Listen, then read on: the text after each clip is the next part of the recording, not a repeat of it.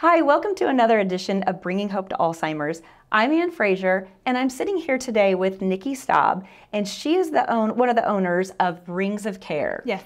And so I want you to tell us, what is Rings of Care? So Rings of Care is a pretty simple concept, but it is really helpful as well for caregivers especially. So what we do is we bring together your own friends, family, coworkers, religious community, neighbors, anyone who is wanting to come in and help. We organize that for the caregivers. The caregivers already have a lot on their plate. They have a lot going on, and so it's a lot to ask them to also organize when somebody says, hey, what can I do to help you? They kind of shut down. They don't really know what to do. They don't know what to say. They don't know what you feel comfortable doing, so we go ahead and organize that. We find volunteers in their own Rings of Care and kind of bring that together for them. Okay, so let's just walk through this. So let's say back in when I was taking care of my parents. Mm-hmm. So I'm the primary caregiver for both of my parents who have Alzheimer's dementia. Mm-hmm. And so I am doing everything. Yes. And I am drowning. Yes. As I was. So I give a call to Rings of Care. Yes. Talk me through what happens from there. We will go ahead and talk about who is in your circle of care, your Ring of Care, who is already wanting to help you, who has reached out, and we find out kind of what their information is, and so friends and family, coworkers, neighbors, okay. Any religious community, anybody. Even one of the great things with what we do, we love for our volunteers, from the smallest, we can have children to people out of state. That's one of the things that we do that's different from other people, is that we bring in anybody who wants to help and really allow them to volunteer in ways that they feel comfortable. So I make a list. Yep, of what your needs are. Of what my needs are, and I make a list of these people. Mm-hmm.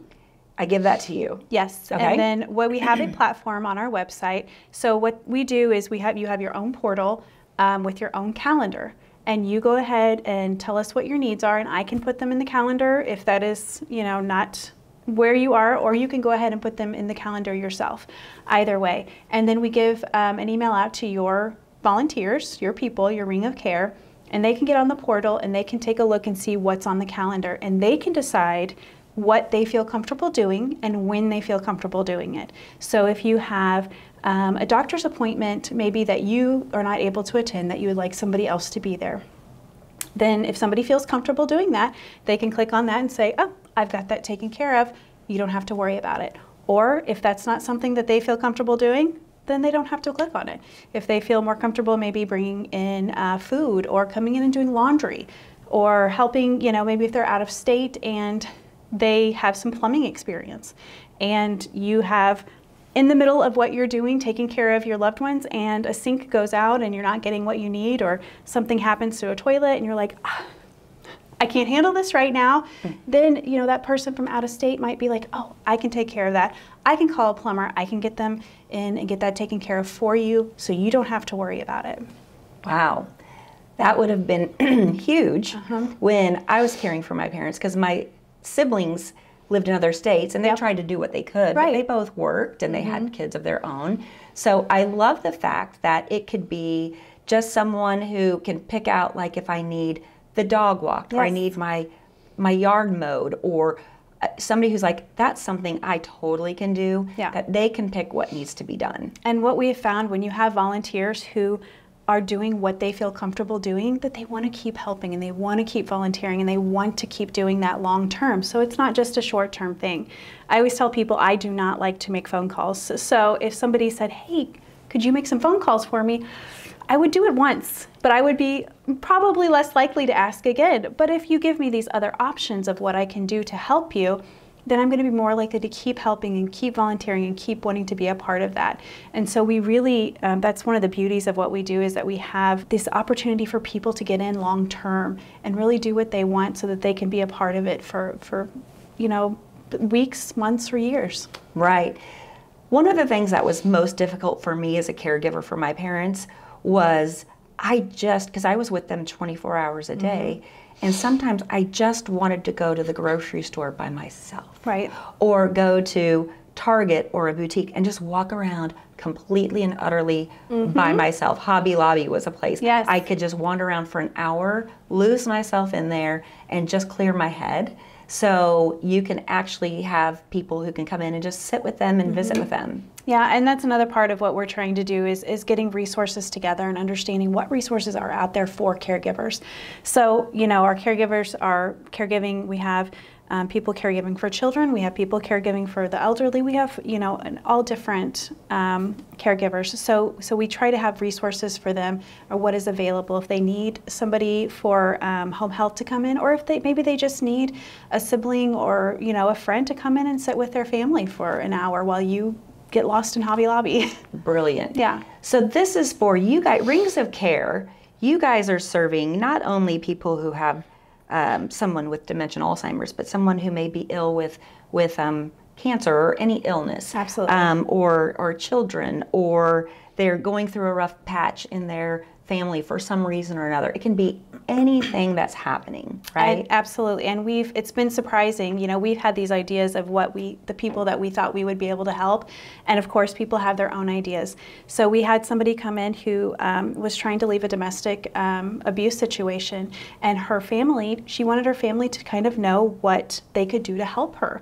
And so we were able to come in and work with them and work with the family on what her needs are for that specific case and get that taken care of so that they could come in and help her how she needed help, instead of just saying, oh, I don't know what to do, so I just won't do anything, or I'll put it back on to the caregiver. So, you know, we have people with you know, children who have developmental disabilities that are needing, you know, that extra bit of help, maybe getting them to work, or, you know, helping to sit with them. And so even if somebody was able to if somebody just had an accident and, you know, broke their foot and needed a week or two, they could get on. We could go ahead and schedule what their needs were for that, and then we could get that taken care of. And what we find too is a lot of our volunteers want to continue helping. When they're able to help the way that they want to help, they want to keep doing that. And so they're like, okay, where's another family? Who else can I help? Who else can I be a part of? And a lot of the things with what we're volunteering these days, we're helping, but we're not seeing the fruits of our labor immediately. Sometimes it's, you know, for an Alzheimer's walk or something similar to that. But when you see, you know, I can go pick up prescriptions for this person I don't even know, because I live, you know, right down the street. That's no problem. And we're able to put that, we're working on putting that on our platform as well, that even if you could just say, I would like to help somebody in my radius, in my village, to really bring that to them. So when we met a couple months ago, I love this concept because it really, really comes back to people helping people. It is. And we can't do it all on our own. And what a great company to be able to come in and do that. And again, the people that your tribe or your people, they're not getting paid. They're just doing this on a volunteer. And so you guys as a company, you're orchestrating it, helping take care of all the things. So because when you're kind of in crisis mode, it's hard to ask. it is. And people will say, you know, especially if you're just like, there's so much to do, and people say, what can I do to help?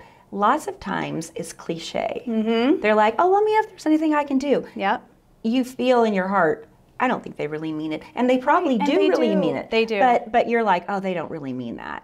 You know, when... Yeah, there's times we'll have somebody say, I think I might have 5 people, and then we've got 60 people coming out of the woodwork who are ready to help and be a part of it. And it's absolutely amazing to see this village just grow, these rings of care grow. And it's really based on, have you ever heard of the ring theory?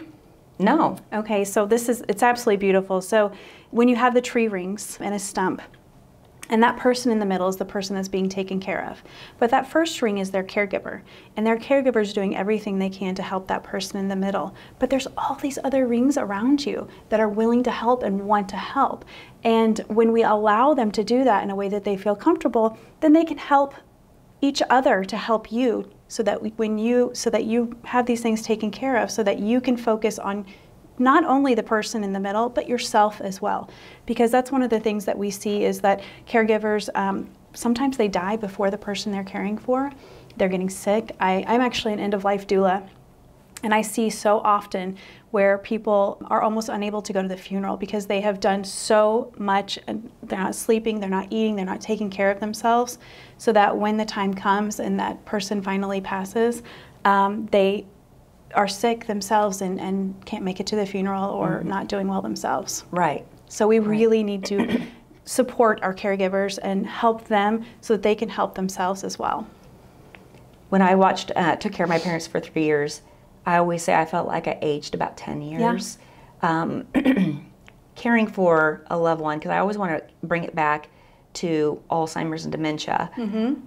Caring for a loved one with Alzheimer's dementia is extremely taxing on people. Caring for anyone. Yeah. But, you know, there's things you don't think about if you haven't done it before. Right, absolutely. And the person asking the same question 450 times a day, and all the things that are happening at the same time. And I think that you don't know what you need. And so having someone to help kind of orchestrate that would have been super helpful, because you're so in the weeds, you don't really even know what you need. Right. Especially with, you know, for Alzheimer's dementia specifically is what I can speak to. But how many, out of all the people that you are helping, what percentage would you say is people that have some form of dementia? Right now, we are still a very new nonprofit. So I would say that we are one of our main clients right now has dementia. And one of the things that also that we have found that we are able to do, so this client does not have a caregiver. So they are on their own. So we are bringing resources together to build that ring of care without even a caregiver. And that's scary. I can't imagine going through that. But going through that by yourself is a very, very scary concept, and to not understand what you're going through exactly. So yeah, we are trying to bring resources together to get that taken care of. And one of the things that we're able to do, because they do not have family, they don't have a caregiver, so we are able to bring in their church. Their church is willing to help and wanting to help. They just don't know how. They don't know what resources there are.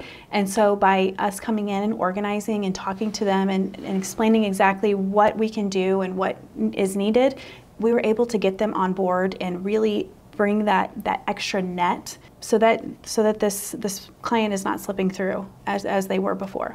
Wow. Yeah. I can't imagine someone going through dementia and not having anyone there. That's a recipe for something that could be really, really catastrophic. Absolutely. Yeah. Okay. So you're a nonprofit. So if people want to give to your nonprofit, they can do that. Absolutely. How can they do that? They can just go to our website, which is right now ringsofcarekc.com. We are changing that because we are building our platform, so that very soon at the beginning of the year will be ringsofcare.org, and they can go through there as well. But even if you go to the other website, you'll be able to it'll push you to that one after it changes. So tell us what the one is that's live now. Ringsofcarekc.com. Okay. Yeah. Wonderful. What have we not covered that you wanted to talk about today? Really, I think it's just the importance of having that extra net.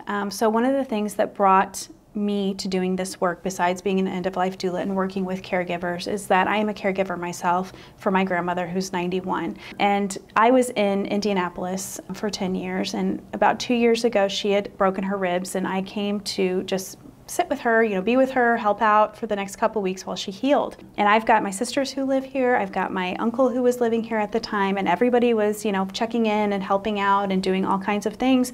But when I got here and actually lived with her for that couple of weeks, I realized she wasn't eating. She was just eating baked potatoes, which, so she was getting something, but she was not getting what she needed. And her medicine, she was not getting the medication correctly. So being able to get in there and see that and organize that, and it was an aha moment for me, I think, and for my family, that even though we were there and a part of it, that there was still needing that net, that support, that communication from all of us to really be a part of that support, that network, that rings of care for help for her. And being able to do that, it's been so much easier. She's not slipping through the cracks. She's getting everything that she needs. We were able to get her in a better situation where she's eating and her meds are and if anything does start to happen, we see it and we talk about it now. And really the biggest disconnect, this is the other thing that I just want to stress. There's such a disconnect between us having this help and the resources that are out there and caregivers allowing for people to come in and help. So our society has really put it on our caregivers that they need to do this alone. And I will say that there's $80 billion worth of care that is going unpaid for our informal caregivers. So it's, of course, we let them do it on their own if they're going to, save us, our society, that much money. So being able to help them to say, reach out, I do need some help. I could use some extra support. Whether how small or big that is up to them. I understand not wanting somebody to come in and take over, and nobody's wanting that. But being able to allow some of these things to go off of your plate so that you can focus on the big things and focus on yourself is very important. So that's that disconnect. If you see somebody who is a caregiver, there's a good chance that there's too much going on for them. And it's okay to come in and say, hey, I think that I have something that can help you, not taking over, not coming in and changing everything, but just somebody that can maybe come in and take a little bit off of your plate. Can we and have this conversation? So you almost kind of help problem solve, because again, as a caregiver, sometimes you don't even know what you need. Yeah. So for you to say, could you use some help with this or this, and you can kind of, because again, you're, like I said, you're so in the weeds, you don't even know what you need. Or what people could do. What people could do. Yeah. Exactly. So when we're able to sit with them and let's go through a day in the life of you, let's go through a week in the life of you, and really see, what do you feel comfortable, what are you doing? Maybe it's dishes and laundry, 2 or 3 times a week where somebody can come in and take care of that for you while you're doing something else. And that's just that, even that little bit of amount that takes so much of that anxiety off of you. It's so little for somebody else who might not be going through what you're going through, but it can be so much for the caregiver. There's a lot of seniors that don't have the money in order to pay for, and there's wonderful companies that do provide caregiving, absolutely.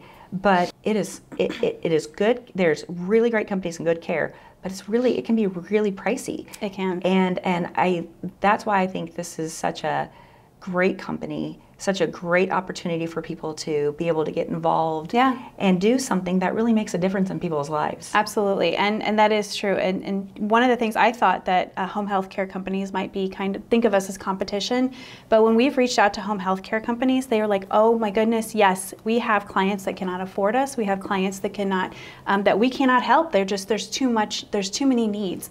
And so we've really been able to make those connections with some home health care companies as well, because yes, they are getting paid for doing that care, but they see that there are people that cannot use them, and that there are people that are sliding through the cracks. Wow. Wow. Well, hopefully we can get the word out to Kansas City. Absolutely. Because there's a lot of people out there that are dealing with, they're a caregiver to someone with Alzheimer's, dementia, or something else, and they're going to now know that there's something they can do that's really going to be helpful for them. And that's why one of the reasons we do this podcast is to bring resources to people. Right.